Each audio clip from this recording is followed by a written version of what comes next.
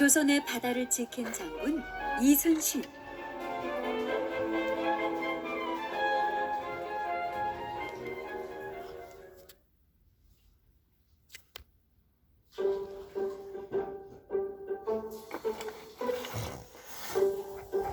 이순신은 1591년에 전라도의 수군을 지휘하는 임무를 맡게 되었어요. 당시의 조선은 일본군이 쳐들어올 것이라는 소문이 돌아 뒤숭숭한 상황이었지요. 만약을 대비해 일본군에 맞설 배를 만들어야겠다. 이순신은 배 연구에 관심이 많던 나대용과 함께 새로운 배를 만들기 위해 머리를 맞대고 고민했어요. 옛 자료들을 살펴보던 이순신에게 좋은 생각이 떠올랐지요. 거북의 등딱지처럼 튼튼한 덮개를 씌운 배는 어떻겠나?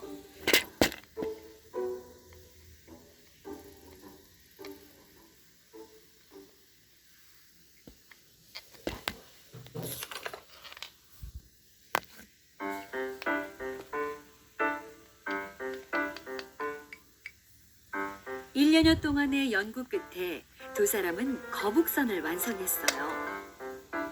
등에는 뾰족한 쇠못을 꽂았고 옆구리와 머리에는 화포를 설치했지요. 배 안쪽은 층을 나누어 아래층에서는 노를 저어 배를 움직이고 위층에서는 화살과 화포를 쏘며 적을 공격하도록 했어요. 거친 바다 위에서도 빠르게 움직이며 공격하도록 만들었으니 그 어떤 적이 오더라도 무찌를 수 있을 것이네.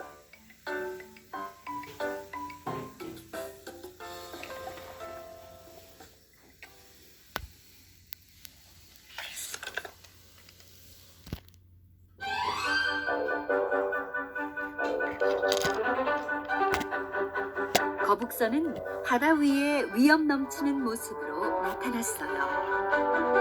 구경하러 모여든 사람들은 저마다 놀라워했지요. 정말 위풍당당하고 튼튼해 보이는군. 저 뾰족한 쇠못들 좀 보게나. 저기 쉽게 뛰어들지 못하겠어. 어디 그뿐인가? 밖에서는 많이 보이지 않지만 안에서는 밖을 볼 수 있다니 정말 대단하지 않은가?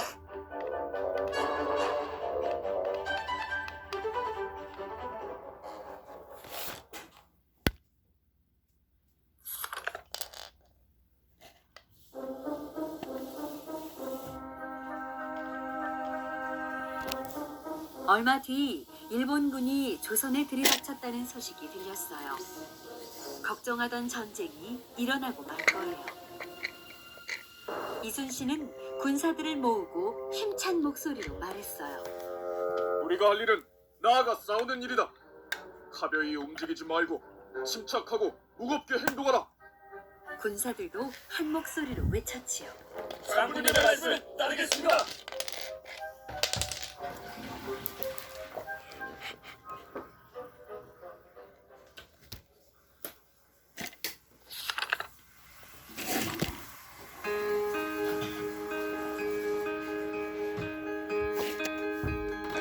(1592년 5월 29일) 이순신은 군사들을 이끌고 일본군의 배가 있는 사천으로 향했어요. 무슨 일이 있어도 물러서지 마라. 오늘은 거북선도 전투에 나서니 겁먹지 말고 싸우도록 하라. 전투에 나선 이순신은 적을 속이기 위해 넓은 바다로 도망치는 척을 했어요.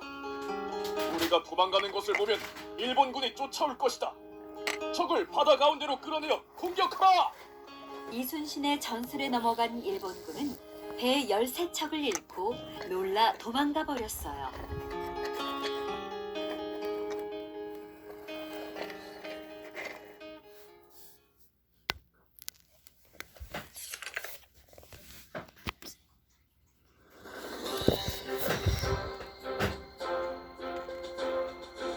(1592년 7월 8일에는) 한산도 앞바다에서 전투가 벌어졌어요. 이순신은 일본군의 배를 큰 바다로 이끈 뒤 크게 외쳤어요. 지금이다. 하객진을 만들어라. 둥둥둥둥 북소리가 바다를 뒤흔들고 조선 수군은 순식간에 학이 날개를 펼친 모양을 이루며 일본 배를 에워쌌어요. 거북선은 돌격하여 적의 배를 부수어라. 적이 혼란에 빠진 틈을 타 화살과 화포를 쏘아라. 꼼짝없이 갇힌 일본군은 감히 싸울 생각조차 하지 못했어요. 이날 조선은 일본 배 12척을 빼앗고 47척을 부서뜨리며 싸움에서 크게 승리했지요.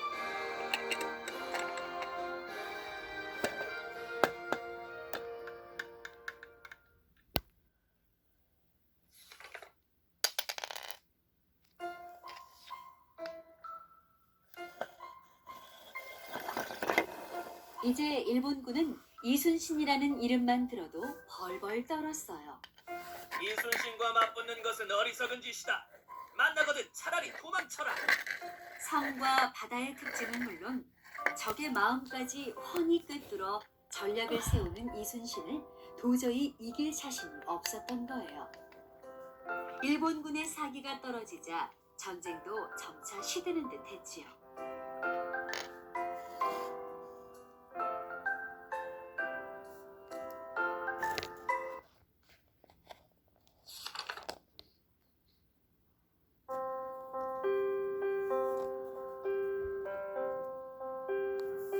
하지만 이순신은 긴장을 늦추지 않았어요. 전쟁이 또 언제 벌어질지 모르니 진영을 튼튼하게 정비하도록 하세. 한편 일본은 이순신을 끌어내리려고 함정을 팠어요. 일본군이 부산으로 쳐들어간다는 거짓 정보를 흘려서 이순신을 혼란에 빠뜨리려고 한 것이지요. 이를 눈치챈 이순신은 부산으로 가지 않았어요. 하지만 왕은 이순신의 행동을 오해하고 이를 게을리해 적을 놓쳤다며 감옥에 가두었어요.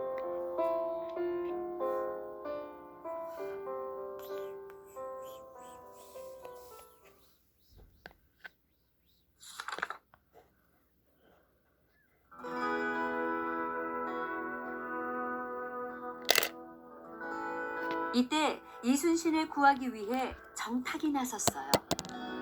정탁은 왕에게 간절히 부탁하는 글을 썼지요. 이순신은 훌륭한 장군으로 많은 백성들이 그에게 의지하고 있습니다. 만일 이순신이 벌을 받아 죽는다면 나라에 큰 영향을 끼칠 것입니다. 부디 그를 용서하시어 더 큰 공을 세우게 하소서.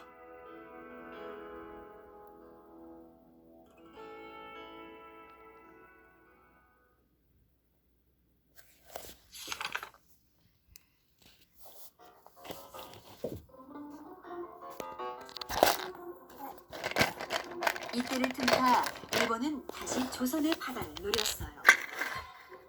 이순신도 없으니 조선의 바다는 우리 것이다. 자, 공격! 이순신 대신 원균이 지휘를 맡았지만 일본군의 작전에 말려들고 말았어요. 결국 원균을 포함한 수많은 조선 군사들의 목숨과 250척이 넘는 배를 잃게 되었지요. 거북선마저도 바다 깊숙이 가라앉아 버렸어요.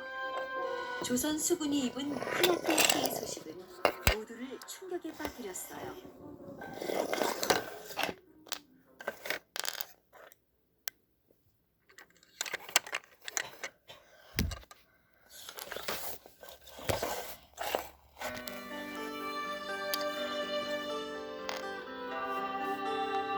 충성스런 마음으로 그대가 나라를 구해주오. 뒤늦게 후회한 왕은 이순신에게 다시 지휘권을 주었어요. 그러면서 바다를 포기하고 육군의 힘을 보태 싸우라고 지시했지요. 이에 이순신은 한자 한자 힘주어 왕에게 올리는 글을 썼어요. 전하, 신에게는 12척의 배가 있습니다. 비록 수는 적지만 신이 죽기 전에는 일본군이 감히 우리 수군을 함부로 얕보지 못할 것입니다. 그러니 수군에게 조선 바다를 맡겨주시면 반드시 싸워 이기겠습니다.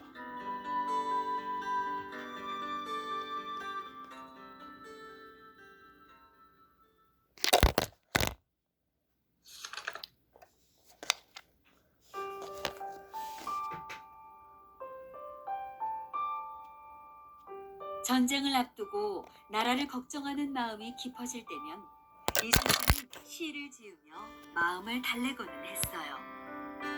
한산도가 밝은 달이 비치는 한산섬 깊은 밤에 높은 망로에 혼자 앉아서 큰 칼 옆에 차고 큰 걱정에 잠겨 있는데 누가 부는 소리인가?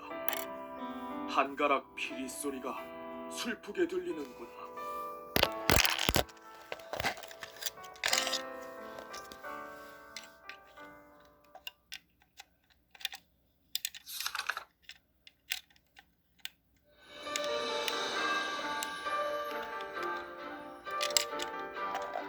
(1597년 9월 16일) 이순신은 배 13척을 이끌고 명량해협에서의 전투를 준비하며 군사들에게 외쳤어요.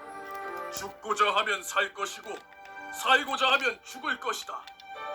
또한 한 사람이 길목을 잘 지키면 1000명을 두렵게 만든다. 살려고만 하지 마라. 내 명령을 어기면 결코 용서하지 않겠다. 네, 장군님! 군사들의 우렁찬 함성이 울려 퍼졌어요.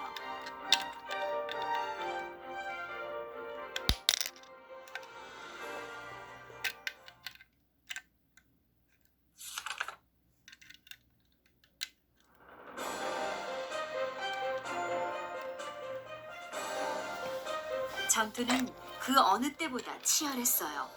흔들리지 말고 적을 향해 쏴라! 이순신이 탄 배가 앞으로 나서며 화살과 화포를 마구 쏘았어요. 두려움에 떨던 군사들도 이순신의 용맹한 모습을 보고 용기를 냈지요.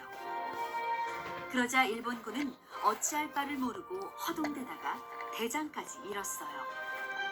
이순신은 마지막까지 적의 배를 부수고 뒤집으며 총 공격을 퍼부었어요. 전투의 결과는 단 13척의 배로 133척의 일본 배를 물리친 이순신의 승리였지요.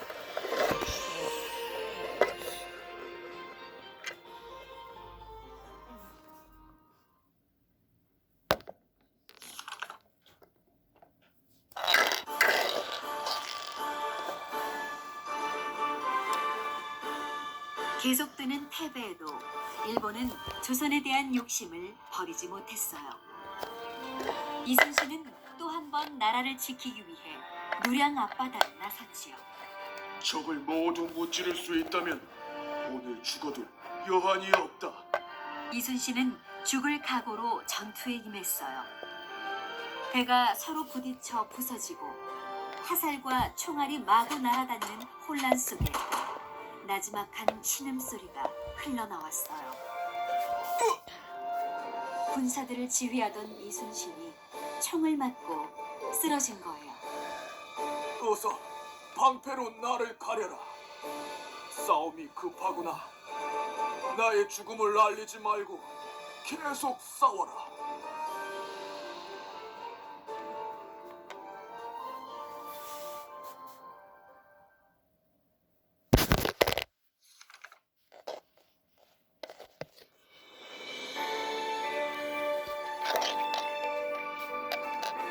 이순신은 결국 일어나지 못하고 바다 위에서 숨을 거두었어요.